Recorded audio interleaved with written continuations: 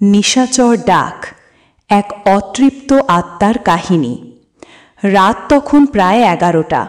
কার্তিক মাসের হিমেল হাওয়া জানালা গলে ঘরের ভেতর ঢুকে শিরশিরে অনুভূতি দিচ্ছিল।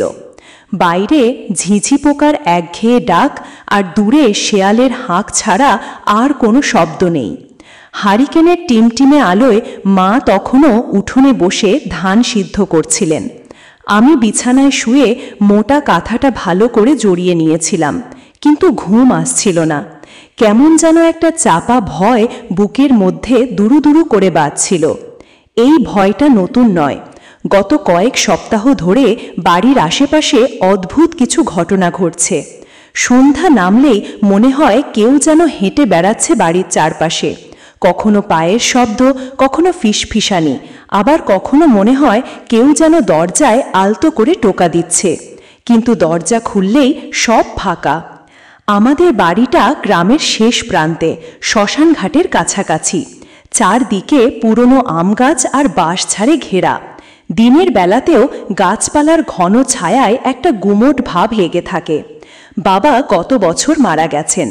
তারপর থেকে মা আর আমি এই বাড়িতে থাকি।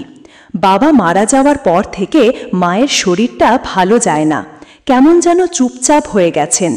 ইদানিং রাত বিরেতে ফিস করে কি সব বলেন, একা একা হাসেন। জিজ্ঞাস করলে বলেন, কিছু না রে, একা একা পুরনো দিনের কথা ভাবছিলাম। কিন্তু আমার কেমন যেন সন্দেহ হয়। মায়ের চোখ দুটো সব সময় কেমন যেন লালচে দেখায়, আর একটা অস্থিরতা ভাব লেগে থাকে তার মধ্যে। সেদিন রাত প্রায় 12টা।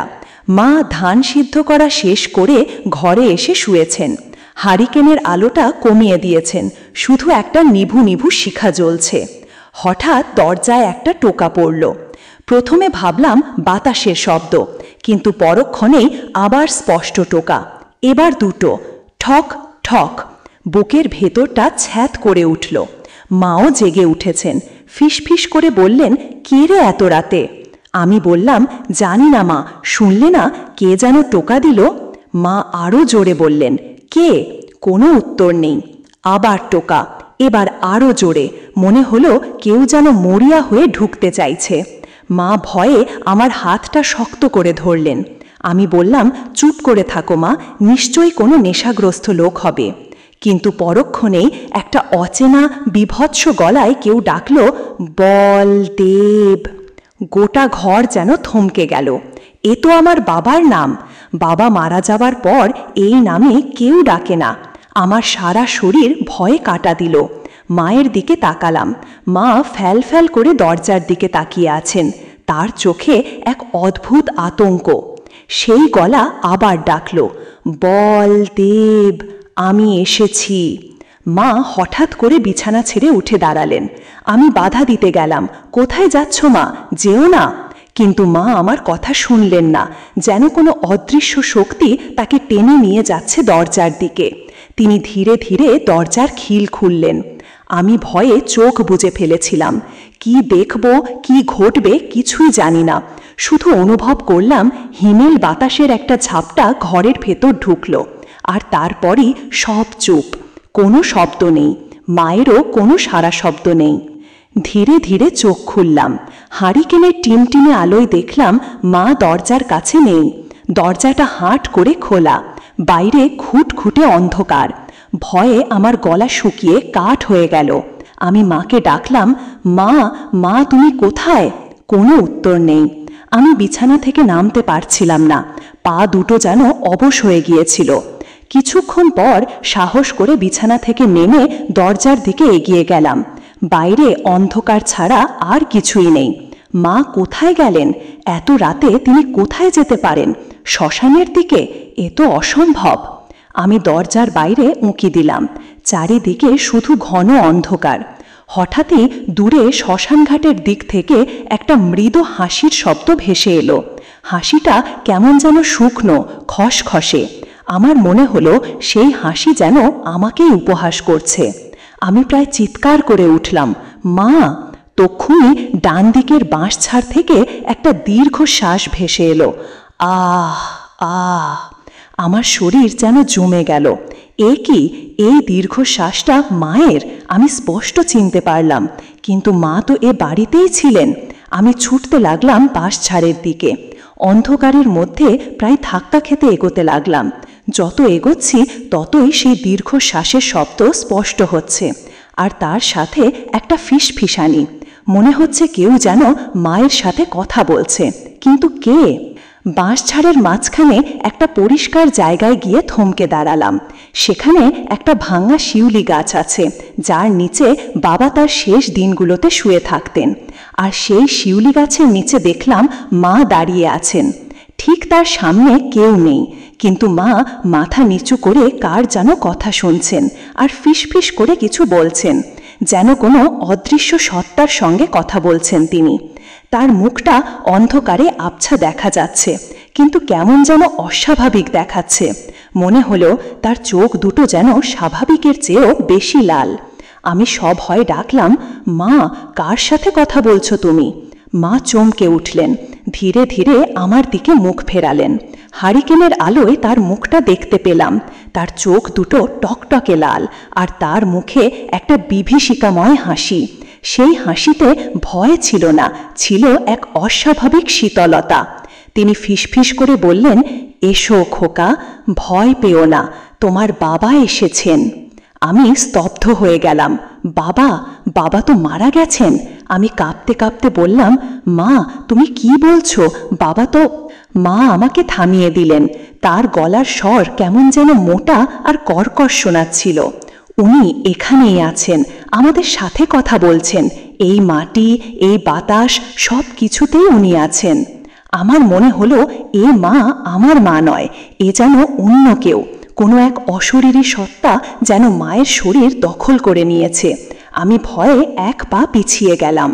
মা ধীরে ধীরে আমার দিকে এগিয়ে আসতে লাগলেন। তার প্রতিটি পদক্ষেপ কেমন যেন অস্বাভাবিক। তিনি হাঁটছেন না, যেন ভেসে আসছেন। আমি বুঝতে পারলাম পালাতে হবে, এক্ষুনি, এই মুহূর্তে। আমি দ্রুত সেখান থেকে পালিয়ে বাড়ির দিকে ছুটতে লাগলাম। পেছনে শুনতে পেলাম মায়ের বিকৃত গলায় হাসি আর ফিসফিসানি। পালাবি কোথায় খোকা? এ তো তোর নিজেরই রক্ত, এ তোকে ছাড়বে না। কোনো মতে ঘরে ঢুকে দরজাটা ভেতর থেকে বন্ধ করে দিলাম। বুকের ভেতরটা তখন ধড়ফড় করছে। হারিকেনের আলোয় দেখলাম আমার হাত পা কাঁপছে। কিছুক্ষণ পর বাইরে থেকে দরজার খটখট শব্দ হতে লাগলো। শব্দটা ধীরে ধীরে বাড়তে লাগলো। মনে হলো কেউ যেন জোর করে দরজা ভাঙতে চাইছে। আমি বিছানার নিচে সেধে গেলাম, চোখ বুজে শুধু প্রার্থনা করতে লাগলাম। শব্দটা কিছুক্ষণ পর থেমে গেল, তারপর সব চুপ। আমি দীর্ঘক্ষণ বিছানার নিচে লুকিয়ে রইলাম।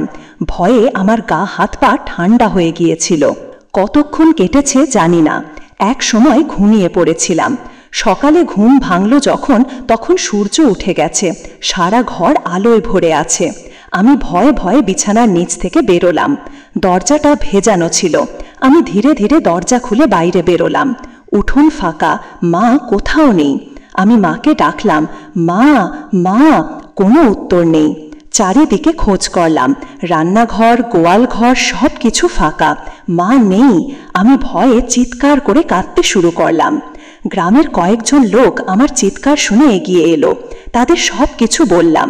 তারা আমার কথা শুনে কেমন যেন অবাক হয়ে গেল। কেউ কেউ বলল, বাবার শোকে হয়তো মা মানসিক ভারসাম্য হারিয়ে ফেলেছেন। কিন্তু আমার মনে হয়েছিল এ তা নয়, এ অন্য কিছু। গ্রামের লোকেরা মিলে মাকে খোঁজা শুরু করলো।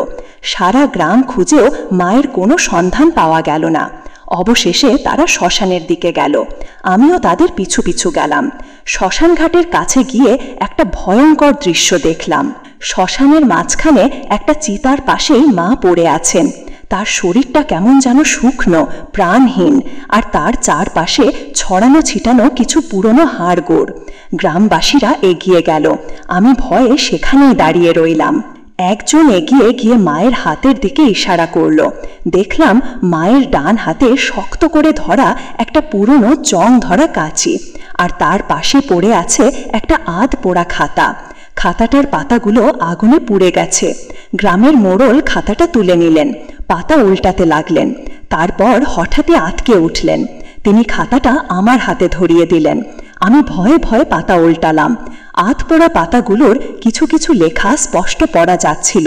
সেখানে লেখা ছিল, আমার স্বামী বলদেব, তুমি আমাকে একা ফেলে চলে গেছো। আমি তোমাকে ছাড়া বাঁচতে পারবো না। আমি তোমাকে ফিরিয়ে আনবো, যেমন করে হোক ফিরিয়ে আনবো। আমি জানি তুমি আছো এই মাটির নিচে, এই বাতাসে। আমি তোমার জন্য অপেক্ষা করব। আর একটা পাতায় লেখা ছিল, আজ অমাবস্যার রাত, তোমার আত্মা আজ এই বাড়িতে ফিরবে। আমি সব প্রস্তুতি নিয়েছি, তুমি আমার কাছেই থাকবে চিরদিন। আরও কিছু পাতায় অদ্ভুত কিছু মন্ত্র আর চিত্র আঁকা ছিল। আমি বুঝতে পারছিলাম না এগুলো কি, কিন্তু শেষ পাতাটায় যা লেখা ছিল তা দেখে আমার বুকের ভেতরটা হিম হয়ে গেল। সেখানে লেখা ছিল, আমার শরীর তোমার জন্য উৎসর্গ করলাম বলদেব, তুমি আমার মধ্যে এসো, আমরা আবার এক হয়ে যাব চিরদিনের জন্য। আমি খাতাটা হাত থেকে ফেলে দিলাম। আমার সমস্ত শরীর কাঁপছিল। তার মানে মা নিজেই বাবার আত্মাকে নিজের মধ্যে ধারণ করার চেষ্টা করছিলেন। কিন্তু কেন, কিভাবে? গ্রামবাসীরা তখন মায়ের মৃতদেহ তুলে নিয়ে যাচ্ছিল। আমি একা দাঁড়িয়ে রইলাম সেই শ্মশানে। মাথার উপরে সূর্য তখন গন গন করে জ্বলছে, কিন্তু আমার মনে হলো আমার চারিদিকে যেন কেবলই অন্ধকার। মনে হলো মা হয়তো সফল হয়েছিলেন, হয়তো বাবা সত্যি মায়ের মধ্যে ফিরে এসেছিলেন, আর সেই কারণে মা নিজেই হারিয়ে গিয়ে